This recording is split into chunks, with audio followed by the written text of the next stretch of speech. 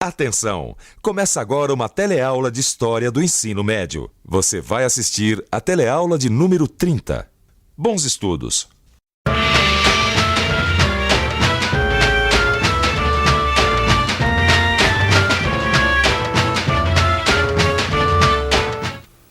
A sede insaciável do ouro estimulou tantos a deixarem suas terras e a meterem-se por caminhos tão ásperos como são os das minas, que dificultosamente se poderá dar conta do número das pessoas que atualmente lá estão. Esse trecho que eu acabei de ler poderia ter sido escrito por volta de 1980, quando descobriram ouro em Serra Pelada, no Pará. Só que esse é um texto do século XVIII e o autor é o jesuíta Antonil, um viajante que viu de perto o que você vai ver agora. As grandes mudanças que o século XVIII trouxe para a América Portuguesa, a corrida do ouro a Minas Gerais e a sociedade que se formou lá, como Portugal reagiu diante da riqueza da colônia e o encontro explosivo das novas ideias de liberdade que corriam a Europa com a insatisfação dos colonos da América Portuguesa. E agora, como os bandeirantes paulistas, aventureiros de outras partes e rei nós, vamos partir em busca do ouro.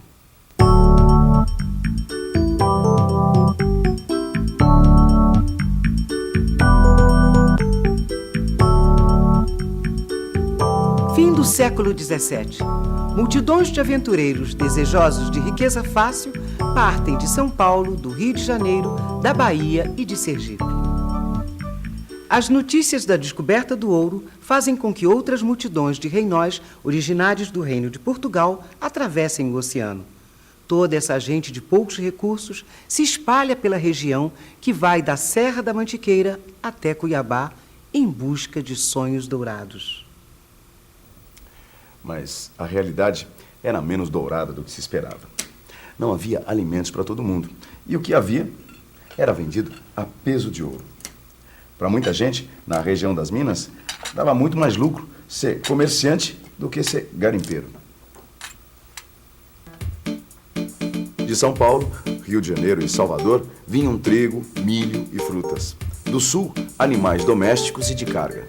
E da Europa, sal, ferramentas e tecidos. Aos poucos, surgiram roças e criações, e trabalhadores que produziam o indispensável. Carpinteiros, pedreiros, alfaiates. Olha lá, Gil. Os aventureiros procurando ouro nos rios ali, ó. Viu gente de todo quanto foi lado, né, Vicente? Paulistas, renóis. Agora o que eu tô vendo aí são trabalhadores negros. Eles não eram escravos? Ah, com certeza deviam ser, viu? Agora, o trabalhador escravo, ele era indispensável em toda a colônia. Imagina nas minas. Então milhares de escravos tiveram que mudar de trabalho, né, Vicente? Porque, olha, tiveram que mudar da agricultura para a região mineradora, das plantações de açúcar para os garimpos nos rios, nas minas de ouro, diamante. Os mineradores precisavam incentivar os escravos para o duro serviço de mineração. Se o escravo descobrisse um veio como esse, de ouro, poderia ser libertado, ou seja, poderia ganhar a alforria.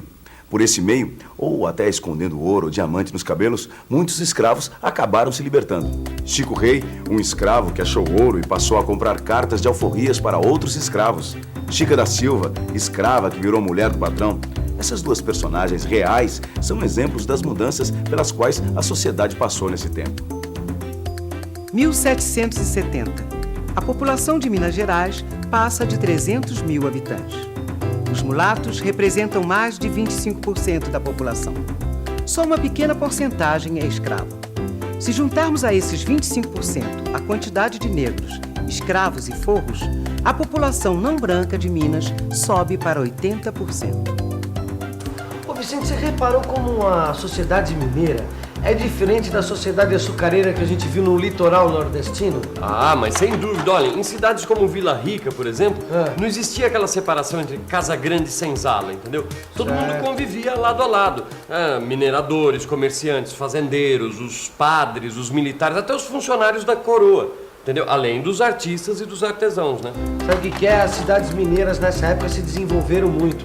A verdade mesmo é que o ouro enriqueceu muita gente. Pois é, e essa fartura de ouro também possibilitou a construção de grandes obras, como essas igrejas barrocas aqui, ó. Tá vendo só, Gil? O ouro da mineração financiou obras de arte que são visitadas por turistas até hoje. Ouro Preto, por exemplo, que é o nome atual de Vila Rica, é considerado patrimônio mundial da humanidade, protegido por organizações internacionais. O ouro, que foi em parte responsável pela obra do escultor Aleijadinho, também levou para as minas uma grande quantidade de reinóis, funcionários da coroa e aventureiros, atrás de riquezas. Os reinóis tinham mais facilidade de conseguir terras e escravos. Os paulistas, que tinham descoberto o mapa da mina, se sentiram prejudicados pelos emboabas. Emboaba era o nome dado para qualquer forasteiro. 1708. As tensões entre paulistas e emboabas explodem em grave conflito. A coroa portuguesa intervém e envia um governador para a recém-criada capitania de São Paulo e Minas de Ouro. 1709. Batidos pelos emboabas, muitos paulistas seguem para Mato Grosso e Goiás em busca de ouro e diamantes. Olha, Vicente, tem uma coisa. Os paulistas acharam ouro, acharam diamantes em Mato Grosso, Goiás. Exatamente. Agora, o que os portugueses acharam dessa movimentação toda? Ah, eles deviam estar achando muito bom, viu, Gil? Sabe por quê? Porque desde meados do século XVII que o preço do açúcar no mercado internacional estava caindo. Então, para a coroa encontrar ouro na sua colônia, era a solução para os problemas econômicos. Agora eu acho que a gente devia descobrir o que os colonos daqui achavam de Portugal querer esse ouro. Porque você sabe que os paulistas chegaram até a guerrear com os renóis, né? Exatamente. Isso porque os nervos estavam muito exaltados, né? Exatamente. Então vamos fazer uma coisa? Vamos ver como Portugal administrava a riqueza da sua colônia. E era uma vasta riqueza. Em 20 anos, cerca de 300 toneladas de ouro foram tiradas da região das minas. Para garantir a posse desse ouro, Portugal criou a Intendência das Minas, uma repartição pública dirigida por um renal, claro, que ficava encarregado de estabelecer normas para a distribuição de terras para explorar e administrar os conflitos numa região tão violenta. No Rio de Janeiro, foi criada uma casa de fundição. O ouro saía de minas em pó ou pepitas e no rio era fundido em barras. Veja só, de cada 5 barras, uma, ou seja, 20% ia para a coroa portuguesa. Como 20% é 1/5 de 100, esse imposto era chamado de quinto. E como todo imposto, não foi bem aceito pelo povo. Estes impostos eram muito altos em relação aos serviços prestados de Portugal para a colônia. E os colonos, então, apelaram para a falsificação e o contrabando. Bom, é claro que essa situação não ia poder durar por muito tempo. Para evitar os abusos, a coroa portuguesa endureceu e tomou várias providências. Criou novos impostos, aumentou a vigilância, instalou casa de fundição na própria Vila Rica, de onde o ouro já saía selado e sem o quinto. Essas dificuldades só fizeram aumentar a inquietação da população. Houve revolta e a arrecadação continuou a cair. Foi então que a coroa adotou o sistema da cota fixa. Cota fixa queria dizer o seguinte: cada área mineradora devia fornecer 100 arrobas, cerca de 1.500 quilos de ouro por ano. Se houvesse atraso no pagamento, ou se a quantidade não fosse atingida, viria a derrama, que era a cobrança do imposto atrasado de cada morador. Tá ficando difícil, hein, Gil? Imagina a situação, o cobrador batendo na sua porta e você ter que completar essa quantidade de ouro. Aí é Já ruim. pensou num negócio desse?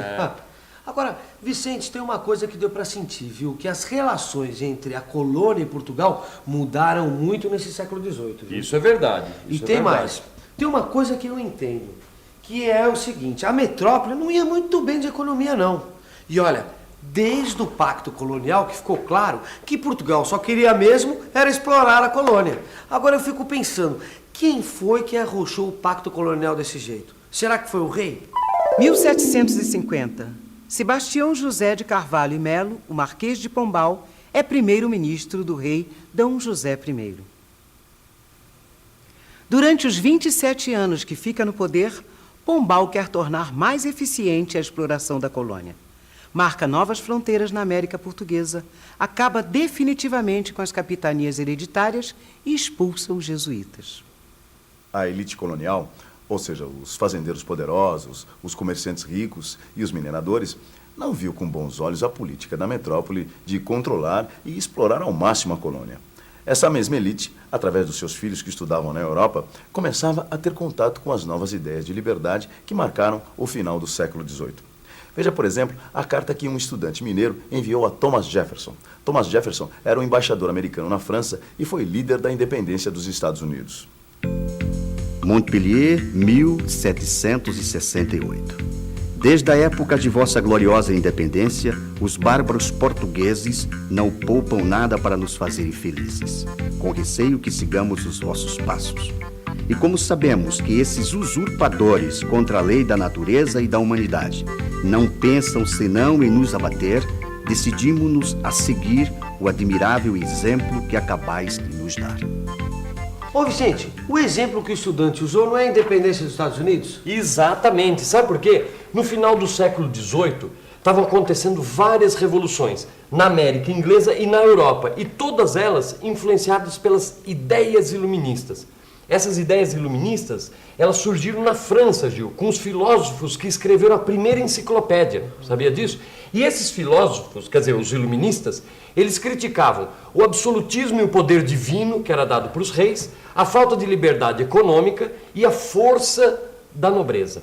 Os burgueses, por exemplo, que eram ricos, mas não eram nobres, eles lutavam por mais liberdade para os negócios, entendeu? E os intelectuais, eles lutavam por o quê? Por uma constituição que determinasse direitos e deveres dos cidadãos. Liberdade, igualdade e fraternidade? Já vi tudo, meu caro. Essas ideias, junto com aquela história da derrama, vão abalar a região das Minas. E o estudante não disse que ia usar o exemplo dos Estados Unidos? Aí vem rebelião, meu caro. Pode esperar. A rebelião não chegou a estourar. Foi mais uma conspiração formada por membros da elite de Vila Rica e um suboficial do Regimento dos Dragões de Minas, o alferes Joaquim José da Silva Xavier, também conhecido como Tiradentes. A ideia central dos conspiradores era proclamar uma república na região das Minas e estabelecer a capital em São João del Rei. E o que motivou o grupo de intelectuais, fazendeiros e mineradores foi a chegada de um novo governador para Minas e a notícia de que em breve haveria uma derrama. Em troca do perdão de suas dívidas, um dos membros da conspiração, Joaquim Silvério dos Reis, denunciou os nomes e os planos. Março de 1789. Os conspiradores são presos e começa a devassa, ou inquérito. 1792. Com exceção do advogado Cláudio Manuel da Costa, que teria se suicidado na prisão, todos são julgados. Alguns recebem perdão. Outros são degredados para a África. Tiradentes é condenado a morrer na forca. É esquartejado e, para servir de exemplo, seus restos são expostos ao longo da estrada que liga Minas ao Rio. Hoje todos nós sabemos que Tiradentes foi um mártir da independência, mas ele só foi considerado herói 100 anos após a sua morte, quando foi proclamada a República no Brasil. Para a coroa portuguesa, no entanto, Tiradentes era considerado um traidor, um bandido que conspirou contra o poder legítimo. Bom, como você viu nesta teleaula, a relação dos habitantes da América Portuguesa com a sua metrópole enfrentava uma crise. E olha, a resolução não viria no século XVIII. Confira aí na revisão. E atenção, se liga aí que é hora da revisão. Na teleaula de hoje, você viu que a Corrida do Ouro criou uma sociedade diferente na região das Minas e mudou a relação de Portugal com a América Portuguesa. Havia grande quantidade de mestiços e negros convivendo lado a lado com fazendeiros, comerciantes e mineradores. A riqueza da região financiou obras de arte que hoje são patrimônio da humanidade. Portugal, em crise econômica, estabeleceu impostos pesados como a cota fixa e cobranças como a derrama para explorar ao máximo a riqueza descoberta na colônia. A insatisfação dos colonos e as ideias iluministas que percorriam a Europa criaram a situação ideal para as revoltas. A conspiração mineira foi uma tentativa de criar uma república em Minas e resolver a crise que a América Portuguesa atravessava com sua metrópole.